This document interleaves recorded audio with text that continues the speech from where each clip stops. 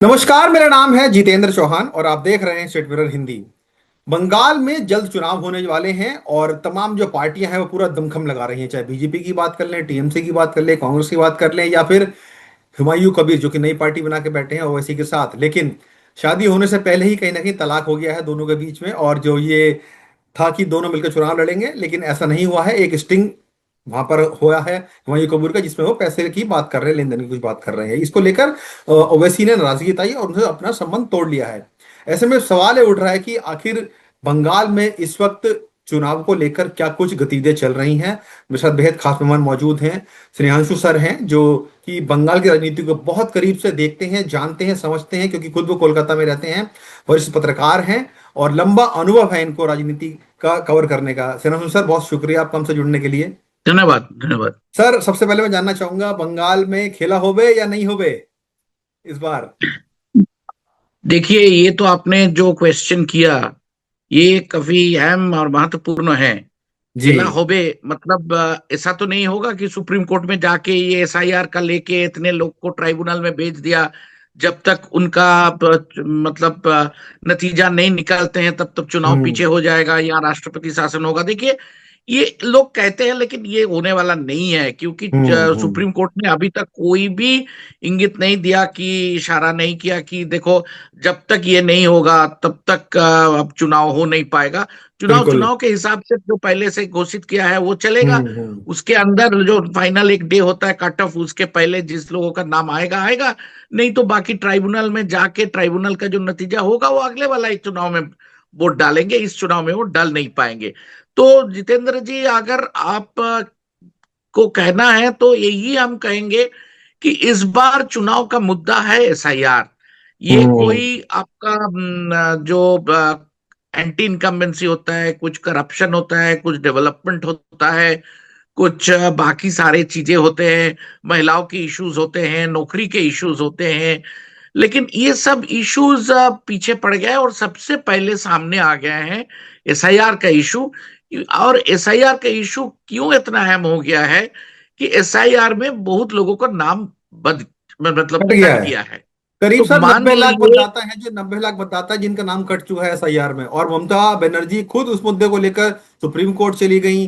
कहीं ना कहीं उन्होंने उस जो इशू था उसको बहुत अच्छे तरीके से कैप्चर किया है और जनता के बीच इसी इशू को लेकर वो गई भी हैं। क्या आपको सर लगता है कि उनका फायदा उनको मिल रहा है उस चीज का, या जो बीजेपी कह रही है कि हमने जो घुसपैठिए थे उनका वोट काट दिया है और जिनके जो फर्जी वोट डाला करते थे उनको हटा दिया है? क्या वाकई में एसआईआर का मुद्दा ममता बनर्जी को बहुत फेवरेबल लग रहा है, सपोर्ट कर रहा है इस चुनाव में, सर आपको लग रहा है?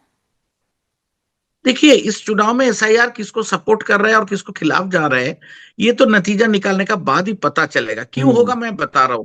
उसके पहले मैं एक चीज बताना चाहूंगा दोबारा, कि जी। देखिए, इशू इस बार ममता बनर्जी ने एसआईआर को लेके आगे बढ़ चुके हैं। No issue doubt sir. एक ही है, वो एसआईआर है। और इसके नाते आपका जो एंटी इनकम्बेंसी, जो करप्शन, जो डेवलपमेंट का इशू है, महिलाओं की इशू है, जो चुनाव में जो इश्यूज होते हैं, वो इश्यूज सब पीछे पड़ गए। एसआईआर का ही बात चल रहा है।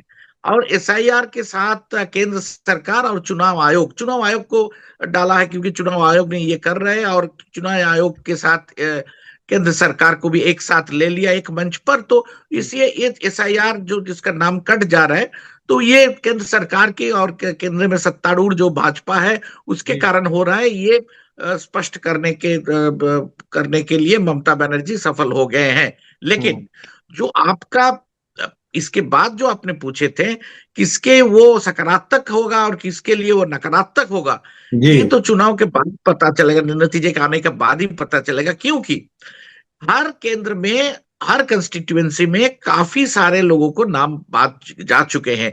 कहीं 50,000 भी हो सकता है।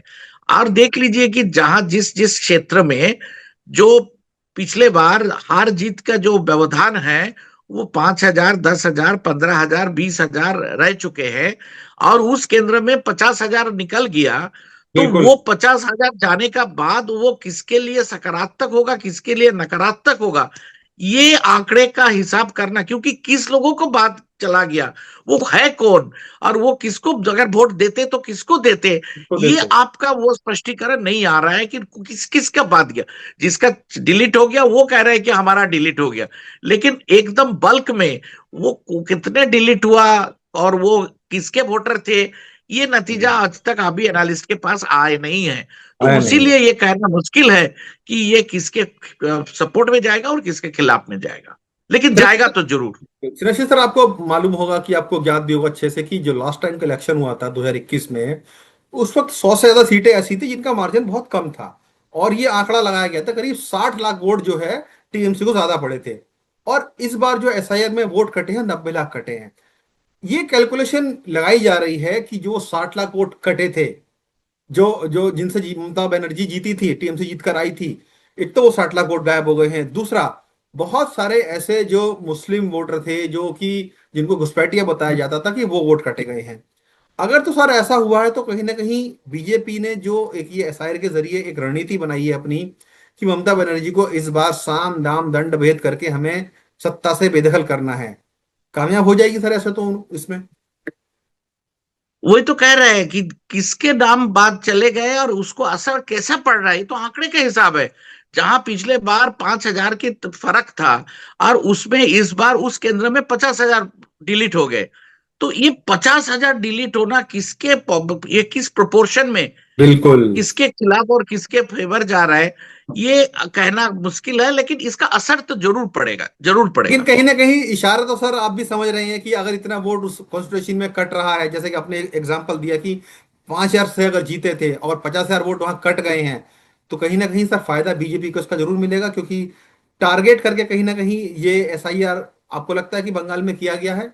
हाँ, ये तो तृणमूल कांग्रेस का तो यही कहना है कि टारगेट करके इसी हम्म हिसाब से राम श्याम दंड भेद जो है, जो जिसके हम्म। किसी तरह से इसी इसको तरीके सत्ता से से। हटाना है। हम्म पब्लिक सपोर्ट से नहीं हुआ, ईवीएम से नहीं हुआ, केंद्रीय सेंट्रल फोर्स से नहीं हुआ, कुछ नहीं हो पा काम कर रहा है, तो इसीलिए ये एक नया नतीजा ले गया है। लेकिन एक बात सही है, मान लीजिए एक परिवार में आपका 5 वोट था, उसमें 2 वोट कट गए, बाकी 3 रह गए, तो ये 3 तो भाजपा के फेवर नहीं जा सकते। तो बिल्कुल। इसके गुस्सा है, इसके खिलाफ है, हम्म इसके कोई लोग तो इसको मतलब प्रोटेस्ट करेंगे। तो ये प्रोटेस्ट तो ईवीएम में ही करेंगे, ये प्रोटेस्ट तो वहां दबा के करेंगे कि तुम लोग बेकार हमारे फैमिली के 2 लोग को काट दिया है, तो हम हम्म। तुमको खिलाफ है, हम देखे हैं हमारा भी पावर बिल्कुल है, तो हमारा 1 वोट भी है, तो हम अभी उसको तुम्हारा खिलाफ ही देंगे। ये भी तो हो सकता है।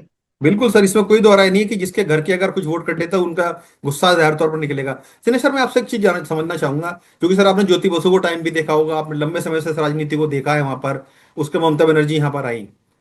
क्या वाकई में सर बंगाल में जो हमने देखा है पिछले इलेक्शन में, तो खूब मारकाट हुई थी, खूब दंगा फसाद हुआ, खूब सारे कत्ल हुए, मर्डर हुए सर, हमने देखा। क्या वाकई में बंगाल की राजनीति में जो एक पुराना दौर था, लड़ाई झगड़े वाला, मारकाट वाला, या एक दूसरे को जिस तरीके से, चाहे वो वामपंथी दल हो या टीएमसी हो, सब जानते हैं ममता बनर्जी सत्ता में किस तरीके से लौटी थी, कितना संघर्ष उन्होंने किया है। क्या राजनीति में बदलाव आया है सर बंगाल की, आपको पिछले पहले के सालों के मुकाबले? आपने ज्योति बसु साहब का टाइम भी देखा है, ममता बनर्जी को भी देखा है, अब बीजेपी एक नई राजनीति वहां पे लाने का प्रयास कर रही है। क्या बदलाव नजर आया है सर आपको?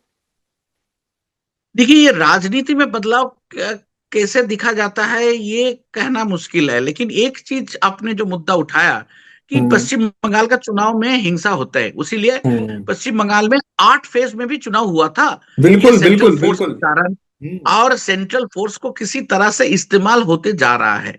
लेकिन इस बार आप जानते हैं कि सेंट्रल फोर्स आते हैं, उसको कहाँ डिप्लॉय होगा, क्या होगा, ये राज्य सरकार के अधीन जो पुलिस वाहिनी होता है वो उसी के बिल्कुल हिसाब से कर रहे बिल्कुल होता बिल्कुल। है। लेकिन इस बार पहले से ही ये बताया जा रहा है, चीफ इलेक्टोरल ऑफिस जो होते हैं पश्चिम बंगाल के, वही उसी दफ्तर के क्षेत्र से कि डिप्लॉय किया जाएगा, और हम्म जैसे कि एरिया कोऑर्डिनेशन, जैसे कि क्विक रिटेलिएशन फोर्स ज्यादा रहेगा, और सारे जगह में कैमरा रहेंगे, और कहीं भी उसको कॉल करने से 5 10 15 मिनट तक वो बूथ तक पहुंच जाएंगे।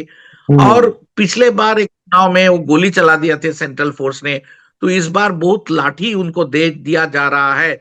जिस फोर्स के हम्म। पास सीआरपी लॉ एंड ऑर्डर करते हैं उसके पास लाठी रहते हैं, जो भारतीय जो BSF rapid border security rapid action force है, फोर्स होती है, भी है, रैपिड एक्शन फोर्स हो गई। उसके पास लाठी नहीं रहते, वो एक गन हम्म। लेके ही चलते हैं और गन का बिल्कुल। इस्तेमाल कर लेते हैं। तो वो ठीक नहीं होगा। तो इसीलिए सुनने में आया है, खबरें आए हैं कि 75,000 लाठियां का इस्तेमाल किया जा रहा है। वो एसएसबी और बीएसएफ जो आदर जो आए हैं, और बाकी राज्यों से भी पुलिस लेके आर्म पुलिस आ रहे हैं। तो सिक्योरिटी डेंसिटी जो होता है एक, हम्म। और दूसरा सिक्योरिटी को जैसे डिप्लॉय करना, अभी से भी रूटमार्च चालू हो गया, अभी से भी हम्म। अप्रिहेंशन अरेस्ट चालू हो गया। और अब उसी चुनाव के दिन जगह जगह में, मोहल्ले मोहल्ले में उनको डिप्लॉयमेंट, और कुछ जरूरी होगा तो उसको क्विक रिटेलिएशन ट्रूप को नाते पहुंचना, हम्म। ये सब का प्लानिंग और टेक्नोलॉजी का इस्तेमाल करना, वीडियो कैमरा, सीसीटीवी, वो अब जो ये लोग है, तो मतलब मैजिस्ट्रेट लोग है और जो माइक्रो ऑब्जर्वर है, वो हम्म। लोग थोड़ा लोकल कंट्रोल रूम में बैठ के देखेंगे और डिसीजन लेंगे। तो ये एक जो प्लानिंग किया जा रहा है, लग रहा है तो हिंसा तो कमी होने वाला है, ये तो सोचा जा रहा नहीं है। सर, एक सवाल ये भी उठता है कि जिस दिन इलेक्शन कमीशन ने डेट अनाउंस की थी, उसके 2-3 दिन बाद ही बहुत बड़े प्रशासनिक फेरबदल हमने देखने का है। तमाम आईएएस ऑफिसर, तमाम आई आईपीएस ऑफिसर्स को बदल दिया गया। क्या सर वो एक स्ट्रेटेजिक मूव था, या एक इलेक्शन कमीशन की एक रणनीति थी कि नहीं, क्योंकि जो अधिकारी हैं वो पूरी तरीके से ममता बनर्जी को सपोर्ट करते हैं और इसी कारण से उनको वहां से हटाया गया? क्या वाकई में सर ऐसा था, या फिर एक प्रशासनिक फेरबदल था, या जो रेगुलर प्रोसेस होता है ट्रांसफर पोस्टिंग का, क्या वो था? आप किस तरह देखते हैं सर इसको? देखिए, हमारे देश में जो कानून है, उस कानून में ये प्रबंध है हम्म। कि चुनाव अनाउंसमेंट होने का बाद ही सारे सरकारी बिल्कुल सर है। अधिकारिक जो है वो चुनाव आयोग के अंडर में चले अंडर जाते में हैं। आते हैं। अगर जरूरत हो तो चुनाव आयोग ने किसी लोगों को मतलब ट्रांसफर पोस्टिंग कर सकते हैं। कर सकता है, पहले बिल्कुल भी कर ये सकता हुआ है। है। पहले भी कलकत्ता के नगरपाल कमिश्नर ऑफ पुलिस को चुनाव के पहले उनको ट्रांसफर किया गया था। हम्म। लेकिन इस बार देखने में जो आ रहे हैं, जो संख्या, मान हम्म। लीजिए chief secretary, DGP, police commissioner, बाकी सारे एसपी लेवल में, डीआईजी, आईजी लेवल में, और यहाँ जो रिटर्निंग ऑफिसर के लेवल में डिस्ट्रिक्ट मैजिस्ट्रेट या डिविजनल कमिश्नर, सेक्रेटरी, काफी सारे लोगों को इन्होंने ट्रांसफर पोस्टिंग किया बिल्कुल। है। हम्म। देखिए, इसमें एक चीज आता है कि जो भारतीय प्रशासनिक परिसेवा और पुलिस परिसेवा, जो निरपेक्ष स्तर पर काम करने वाला होता है, वो लोग बिल्कुल। अंडर ओथ है हम्म। कि हम हम्म। संविधान की रक्षा करेंगे। तो हम्म। अगर आपने 100 बदल कर दिया, तो क्या सोचा है कि ये फोर्स वो शपथ के बाद वो अपना इंडिपेंडेंट में काम नहीं कर सकते हैं? तो ये एक मुद्दा उठाता है कि ये लोग का डिपेंडेबल नहीं है। तो ये आने वाले चुनाव में होगा कि जब तक चुनाव होगा, एकदम 100 करके वो बदल देंगे। और बदल हम्म। करने के बाद किसको लाया जा रहा है? इसको सीनियरिटी का इधर हेराफेरी हो जा रहा है। क्योंकि बिल्कुल। देखिए, चुनाव आयोग का बात इतना पर्सन पर्सन का खबर नहीं हो सकता है। और हम्म। पहले जो होता था, कुछ कंप्लेन हुआ किसी अधिकारी के खिलाफ, तभी उसके अधिकारी के ऊपर कार्रवाई होती थी, कार्रवाई बिल्कुल। किया जाए और उसको ट्रांसफर किया जाए। अभी कोई खिलाफ किसी का कंप्लेन नहीं है, ये सुओ मोटो ट्रांसफर हो रहे हैं। बिल्कुल। और आप एक चीज भी देख सकते हैं, संसद में जब मुख्य निर्वाचन आयोग जो है, उनके खिलाफ, उनके अपसारण, उनके इम्पीचमेंट के कार्रवाई का नोटिस जारी हुआ, और हम्म। उन्होंने उसके रिटेलिएशन में 100 ऑफिसर को जिस पश्चिम बंगाल में ट्रांसफर कर दिया। ट्रांसफर कर तो दिया। ये देखते हैं कि तुम हमको हटाने का कोशिश करेंगे तो हम तुम्हारा जो है, जितने हम्म। लोग, हम 100 लोग को हटा देंगे। ये हमारा पावर है, संविधान हमको ये पावर दे रहे हैं। दे रहा है, और बिल्कुल। हम सच्चाई के कारण कर रहे हैं, वो तुमको सपोर्ट कर रहे हैं कि नहीं कर रहे हैं, इसका कोई सबूत है या सबूत नहीं है, हमारा पास पावर है, हम करके दिखा रहे हैं। तो ये तो शो ऑफ पावर की बात भी कहा जा सकता है। और ये एक माहौल फैला जाता है कि देखो, माहौल अगर बना, कोई नहीं बिल्कुल। इधर उधर करे तो हम भगा देते हैं। क्योंकि जो मॉडल कोड ऑफ कंडक्ट जारू रहते हैं, तो ये लागू है सिर्फ चुनाव जो लड़ रहे हैं, ये पॉलिटिकल पार्टी और कैंडिडेट के ऊपर नहीं है। ये सरकारी आधिकारिक जो है, बिल्कुल प्रेस मीडिया सबके जो ऊपर है, लागू होता है। सबके ऊपर ये मॉडल कोड ऑफ कंडक्ट चालू होता है। तो ये कुछ नया चीजें आगे आ गया है, तो इसको थोड़ा सा एनालिसिस किया जा सकता है कि पावर का शो ऑफ पावर होते हैं, और ये चेंज करके एक तो सिग्नल दिया जाता है कि देखो इधर उधर होगा तो हम किसी को क्या सर छोड़ेंगे नहीं। क्या इस इशू को सर जनता भी समझ रही है कि जिस तरीके से इतने बड़े पैमाने पर अधिकारी बदले गए, तमाम आईपीएस ऑफिसर हो गए या बहुत सारे दूसरे प्रशासनिक ऑफिसर हो गए, ये देखिए क्या जनता जनता भी क्या समझ रही, सोचेगी, जनता जनता का भी समझ करना रही? क्या है। हाँ। उसको चीफ सेक्रेटरी बदल होगा, डीजीपी बदल होगा, तो उसमें जनता का क्या करना है। जनता हम्म। देखना चाहते हैं कि ये पीसफुल और सही चुनाव हो रहे हैं कि नहीं, यही जनता का देखना हम्म। है। अगर वो वोट डालने डालने जा सकते हैं कि नहीं जा सकते हैं, बिल्कुल उसको बिल्कुल। हाउसिंग में ताला लगाया जा रहा है क्या, उसको जाने दिया जा रहा है, यही जनता देखेगी। गांव में लोग अपने आप जाके जो जिसके मन में आए वो अपने हिसाब से चुनाव वोट डाल सकते हैं कि नहीं, यही बात जा रही है। बाकी ऑफिसर का क्यों चेंज हो रहा है क्यों नहीं है, हम्म, उसमें जनता का कुछ ज्यादा कोई काम मतलब नहीं है। नहीं। लेकिन देख रहे हैं कि देखो ये सब हो रहा है। कृषि सर, अभी हमने देखा कि हुमायूं कबूर को वहां पर एक नई पार्टी उन्होंने बनाई। असदुद्दीन ओवैसी जो कि एआईएमएम के प्रमुख हैं, उन दोनों ने गठबंधन किया। कि एक कहावत है ना सर, कि क्या कहते हैं, बेगानी शादी में अब्दुल्ला दीवाना। इस तरीके से ये दोनों बीजे इस राजनीति में उभर कर आए। और एक कहावत हिंदी में कहते हैं ना, शादी से पहले तलाक हो गया।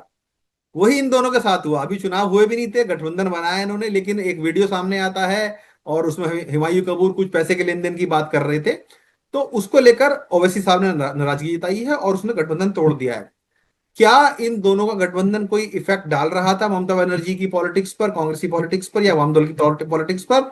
और सर इसी के साथ मेरा दूसरा सवाल, क्या इन दोनों के अलग हो जाने से क्या समीकरण बनेंगे सर? थोड़ा समझाइए गणित, अगर कुछ बता पाए। देखिए जो चीज होने वाला था, हम्म। उसको क्या असर पड़ने वाला था, ये सब तो मतलब इफ्स एंड बट्स की बात है। तो हाँ। उसको गठबंधन के बाद एक चुनाव तो नहीं हो गया कि जिसको जितना असर पड़े, वोट का बिल्कुल। स्विंग कैसा हुआ, माइनॉरिटी वोट का स्विंग कैसा हुआ, वो हम्म। आंकड़े नतीजे आने के बाद ही वो पता चलता है, एनालिसिस होता है कि भाई यहाँ इतना ही असर पड़ा है। सेंस लगता अभी है जो सर कि कहना है कि पॉलिटिक्स असर में। पड़ सकते हैं, ये हाँ। कहना आपका जो प्रश्न है कि असर पड़ सकता है क्या नहीं है। हम्म। देखिए यहाँ पश्चिम बंगाल के चुनाव में माइनॉरिटी वोट टीएमसी के कारण, टीएमसी के पक्ष में जाता है, और ये हम्म। अराउंड 27 to 30% वोट है। और ये लोग को कहना है कि ममता बनर्जी का पार्टी 31 से शुरू करते हैं, तो ये इन ब्लॉक वोट तृणमूल कांग्रेस के पास जाते हैं बोल के कहना है।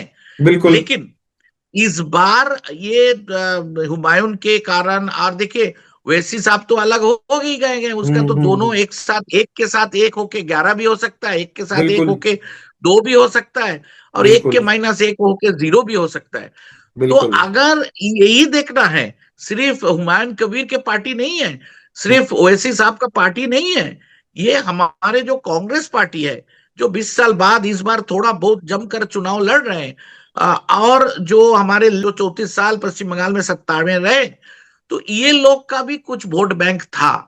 ये हम्म। वोट बैंक अभी सबसे जगह से वो भाजपा के पास चले गए थे, तो हम्म। वो वापस आ रहे कि नहीं। और माइनॉरिटी वोट्स जो तृणमूल के पास गए थे, वो कांग्रेस और लेफ्ट के पास कुछ कुछ आ रहे कि नहीं। अगर हम्म। तृणमूल कांग्रेस का जो वोट बैंक है 30% का इकट्ठा वोट होने का, वो अगर हुमायूं ने हो, लेफ्ट में हो, कांग्रेस में हो, कुछ वापस इरोशन कर देते हैं, तो हम्म। इसका असर जरूर तृणमूल का कांग्रेस के नकारात्मक मतलब नेगेटिव तौर पर पड़ेंगे नेगेटिव जरूर। पड़ेगा। हम्म। अगर ये वोट किसी ने, देखिए माइनॉरिटी लोग ऐसे भी, असम में सीए हुआ है, डिटेंशन कैंप हुआ है, यहाँ एसआईआर हम्म। हुआ है, लोग के अंदर डर है, माइनॉरिटी के अंदर डर ज्यादा रहता डर है। था। और माइनॉरिटी का कहना है कि देखिए अगर हमारे खिलाफ कोई कार्रवाई होगा, तो एक ही नेता जो है, जो रास्ते में आके खड़े होके अपना जो फोर्स है उसको लेके खड़े होके, बाहर से कहीं से भी क्या फोर्स आए, क्या कार्रवाई है, उसको रोक देंगे अगर रोकना चाहते हैं। तो हम्म। हमको इसी के सपोर्ट करना चाहिए, जो बिल्कुल। हमको जो सब हमारे लिए जो खतरे में समय आएगा, उस समय हमारे पास सपोर्ट देंगे और हमको रक्षा करेंगे। अगर ये कंसेप्शन, ये स्थिति तृणमूल कांग्रेस ने माइनॉरिटी के पास, अगर ये कहा सकता है यार माइनॉरिटी इसको मानते हैं, तो वो हम्म। डिवाइड नहीं होगा। अगर माइनॉरिटी डिवाइड होता है तो इसको नेगेटिव असर पड़ेगा तृणमूल के पास, पॉजिटिव असर पड़ेगा हम्म। भाजपा के पास। और एक वोट बैंक इस बार जो अपना वोट बैंक था कांग्रेस और लेफ्ट का, लेफ्ट का। वो चले गए थे भाजपा के पास, वो हम्म। फिर कुछ वापस आ रहे हैं। तो इसका फेवरेबल असर पड़ेगा तृणमूल के ऊपर, नेगेटिव असर पड़ेगा भाजपा के ऊपर। जितेंद्र जी। सर मेरा आखिरी सवाल है आपसे। सर महिला वोट एक बहुत इंपॉर्टेंट वोट हो जाता है किसी भी राज्य में, स्टेट में। हमने देखा है कि सर चाहे बीजेपी शासित राज्य हो, हर जगह पर महिलाओं को सर बहुत सारे पर्क्स दिए जा रहे हैं। बंगाल में भी बहुत सारे पर्क्स दिए जा रहे हैं, अलग अलग योजनाएं चलाई जा रही हैं। ममता बनर्जी ने भी बहुत सारी योजनाएं चलाई हुई हैं। बीजेपी ने भी सर अपने मैनिफेस्टो में बहुत सारी योजनाओं का जिक्र किया है। जो दोनों पार्टियों के मैनिफेस्टो आए हैं, क्या आपको लग रहा है कि सर जो डेवलपमेंट की राजनीति होती थी, डेवलपमेंट को छोड़कर सिर्फ फ्री बीज की बात कर रहे हैं लोग भी? देखिए, महिला वोटर और वहां डायरेक्ट बेनिफिट ट्रांसफर, हम्म। फ्रीबीज जिस भाषा में भी कहा जाता है, बिल्कुल। तो ये पैसा जा रहा है। डेढ़ हम्म। हजार रुपया, और SC ST होने के कारण 1700 रुपया महिलाओं हम्म। के पास जा रहा है। जा इसके रहा है। ऊपर जो विडो है वो पेंशन है, कुछ हम्म। बाकी सारे भी है। तो ये महिला के ऊपर महीना का 1 तारीख में वो पैसा घुस जा रहा है उनका अकाउंट में। ये हम्म। कोई छोटी मोटी बात नहीं है। अगर बिल्कुल। आपने देखा होगा कि ये चीज यहाँ पश्चिम बंगाल में तृणमूल कांग्रेस करने के बाद काफी सारे राज्यों में सत्तारूढ़ सरकार ने ये सब घोषित किए हैं। और स्टार्ट किया इसके है। खिलाफ भाजपा भी नहीं कह रहे। भाजपा को कहना हम्म। है कि अगर हम सत्ता में आएंगे तो इसको बढ़ा देंगे। बढ़ा तो देंगे। ये DBT, direct business benefit transfer जो है, और हम्म। महिला के ऊपर, ये मुद्दा बहुत अहम मुद्दा हो गया। और हम्म। इसमें जो गर्ल चाइल्ड का भी है, वो भाजपा की पॉलिसी भी है, तृणमूल के भी है। सारे लोगों को जो इतना फ्रीबीज मिलता है, हम्म। लोग सोचते हैं कि भाई चलो, तो फायदा एक तो बार मिल ही रहा लोकसभा है। और एक बार जब विधानसभा चुनाव आते हैं, जो हम्म। हमको देते हैं उसको हमें समर्थन देना चाहिए। तो ये बिल्कुल। हम पार्ट ऑफ ग्रेटिट्यूड जो होता है, हम एक बार वोट तो उनको डाल देते हैं, हम हर महीना 1 तारीख में पैसा घुसता है। और जो स्वास्थ्य साथी बोल के जो इंश्योरेंस जो है, हेल्थ इंश्योरेंस, वो परिवार के सबसे बड़े महिला सदस्यों के नाम पे होते हैं। ये देखिए, ये बहुत बहुत एम्पावरमेंट की बात कहा जा बिल्कुल। सकता है। बिल्कुल। अगर बिल्कुल। उसका हस्बैंड ने या उसका बेटा ने कहीं भी भर्ती होगा अस्पताल में, तो उसको भर्ती करने और रिलीज करने के लिए जाना पड़ेगा वो महिलाओं को। तो ये महिला को। महिलाओं को सशक्तिकरण जो कहा जाता है, महिलाओं हम्म। को दिखने में मिलता है कि देखिए महिलाओं को पावर है, वो जाने में, वो अगर, हालांकि वो साइन नहीं कर सकते, वो टिप्पा अंगूठा ठप्पा टेक दे है, रहे हैं, बिल्कुल। फिर भी उसको अंगूठा दे रहे हैं, फिर भी हम्म। उसको जाना पड़ता है, वो इंपॉर्टेंस वो देखते हैं। बिल्कुल। तो बिल्कुल। सारे महिलाओं के पास, जैसे कि महिलाओं चीफ मिनिस्टर रह चुके हैं, अब बांग्ला की गर्ल उसको कहा जाता है, बांग्ला में उसको ऐसे तरह से प्रचार किया जाता है। जी। तो ये महिला वोट तो जरूर तृणमूल के इफेक्ट पास डालेगा। है। वो अगर तृणमूल वो वोट बैंक को इंटैक्ट रख पाए, और ऐसा कुछ कारण नहीं हुआ कि वो इंटैक्ट नहीं रहेंगे, तो ये हम्म। तृणमूल का, देखिए, माइनॉरिटी और महिला, ये दो चीज, मुस्लिम दो और चीज, महिला, बिल्कुल ये बिल्कुल। दोनों एम, और तीसरे एम जो है ममता जी, ये हम्म। तीनों का बात तो आप कह ही सकते हैं ये पश्चिम बंगाल हम्म। के चुनाव में जीते थे। बिल्कुल सर, मेरा बिल्कुल आखिरी प्रश्न है आपसे, क्योंकि मेरे को चलते चलते याद आया है भी। सर पिछले अगर चुनाव की बात करूं तो बीजेपी ने करीब 70 से ज्यादा सीटें वहां जीती थी, और कई मार्जिनों से सीटें वो हारे थे। बीजेपी ने इस बार क्या रणनीति में बदलाव किया सर आपकी भी, अगर आप वहां, क्योंकि लोगों से बातचीत भी करते होंगे, डिस्कशन भी होते होंगे, बीजेपी ने इस बार क्या रणनीति में बदलाव किया है अपनी? क्या आपको लग रहा है कि बीजेपी पहले के मुकाबले थोड़ी मजबूत नजर आई है इस बार सर, जमीनी स्तर पर? देखिए, जमीनी स्तर का बात किया जाए तो एक दूसरी बात है, हम्म। अगर भाजपा हर बूथ में वो पोलिंग एजेंट डाल सकेंगे या नहीं। और हम्म। जो माइक्रो लेवल मैनेजमेंट होता है, उसको देख के कितने लोग अभी तक वोट डालने में नहीं आए, चलो उनके घर पे जाइए, बोला जल्दी जाइए आप वोट डाल के आइए। ये जो माइक्रो मैनेजमेंट चुनाव का दिन करना पड़ता है, और हम्म। ये ह्यूज है, और एकदम ग्रास रूट्स लेवल पर करना पड़ता है। ये ग्रास रूट्स के ऊपर उनका इतना कंट्रोल और इतना मतलब क्या बताएं कि इतना कर्मी है, या वो कर पाएंगे, मैनेजमेंट कर पाएंगे कि नहीं, ये बात बहुत सीरियस बात है। ऐसे कि प्रचार में तो देखिए, माननीय प्रधानमंत्री जी भी आ रहे हैं, माननीय राष्ट्र मंत्री जी भी आ रहे हैं, सभी राष्ट्र आ रहे हैं। मतलब बिल्कुल। होम मिनिस्टर साहब भी आ रहे हैं, सारे दूसरे स्टेट के चीफ मिनिस्टर भी आ रहे हैं। तो चुनावी प्रचार चल रहा है, जैसा चलना चाहिए वैसा ही चल रहा है।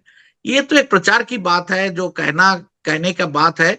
लेकिन जो चुनाव के दिन में जो मैनेजमेंट पॉलिटिकल पार्टी और कैंडिडेट की ओर से बूथ हम्म। लेवल तक, बिल्कुल। एकदम ग्रास रूट लेवल तक करना पड़ता है। ये संगठन मजबूत इतने हैं, वो लोग क्या BLA दे पाए हैं हर बूथ में SIR के समय? कोई गए हम्म। उनके पार्टी के तरफ से घर घर में जाके ये आपके कराए हैं कि नहीं कराए, जो एकदम ग्रास रूट्स लेवल, नेता तो बाहर से भी लाया जा सकता है। बिल्कुल, ये आपने सर बहुत ऑल इंपॉर्टेंट इंडिया बात पार्टी बोली है, है। इनके पास ये माइक्रो बहुत लेवल इंपॉर्टेंट, मैनेजमेंट एट बिल्कुल द बिल्कुल ग्रासरूट्स बिल्कुल। लेवल, अगर बिल्कुल। चुनाव के दिन ये कर पाएंगे कि नहीं कर पाएंगे, यही हम्म। चुनाव के ऊपर इसका बहुत असर पड़ता है। बहुत बहुत शुक्रिया सर, आपने इतनी अच्छी जानकारी शेयर करने के लिए हमारे साथ। आपने पूरा अनुभव दिखाया है कि किस तरीके से चुनाव वहां पर होते हैं और किस तरीके से जो स्ट्रेटेजी बनाई जाती है।